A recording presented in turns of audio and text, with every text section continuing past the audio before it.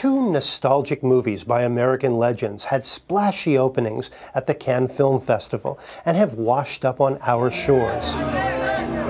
From the scarily prolific pessimist Woody Allen comes the supernatural comedy Midnight in Paris.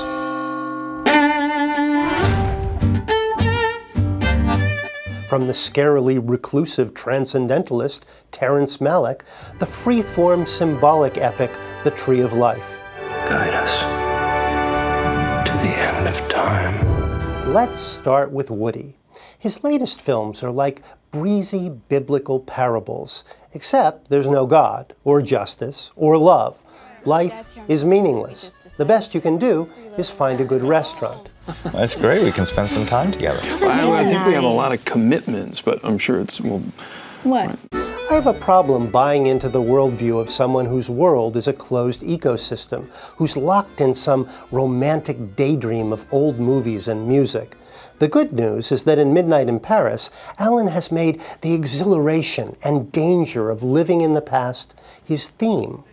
Owen Wilson is wonderfully dopey and sad as a screenwriter in Paris with his upwardly mobile fiancée, who wants to stay and write novels. Why are you so dressed up? I was just doing a little writing. You dress up and put on cologne to write? Because you know how I think better in the shower and I get the positive ions going in there? Really what he wants is to be in Paris in the 20s, alongside Scott and Zelda, Hemingway, and all those giants living high and making art. Then, at midnight, poof, he's back in time. How? Allen breezes past all that, which is good. Why do we need dumb sci-fi wheels and pulleys? What the writer learns from the breathtaking Marion Cotillard as the girlfriend of various 20s painters is that most people are nostalgic for the past, even people in the past. So wake up and live in the present. And I'm talking to you too, Woody, even though you wrote it. Midnight in Paris is light and funny. The Tree of Life, the opposite. There are two ways through life. The way of nature and the way of grace. Only Terrence Malick's fifth movie in almost 40 years, it's his big one. Part creation epic, part Oedipal family drama. An answer to Kubrick's 2001 and maybe Milton's Paradise Lost. He uses all his cinematic resources to trace the connections between the fleeting and the infinite. And if that sounds pretentious, you ain't heard nothing yet. Okay, here, come on. Nice. There is little story as such.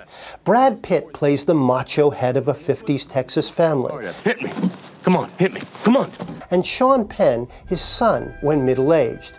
But this is less a narrative than a tapestry of images, some depicting the birth of the cosmos and the beginning of life on Earth, with dinosaurs. How does it connect? In Malick's films, we're born into the Garden of Eden that is the natural world. Then, civilization and sex and aggression corrupt us.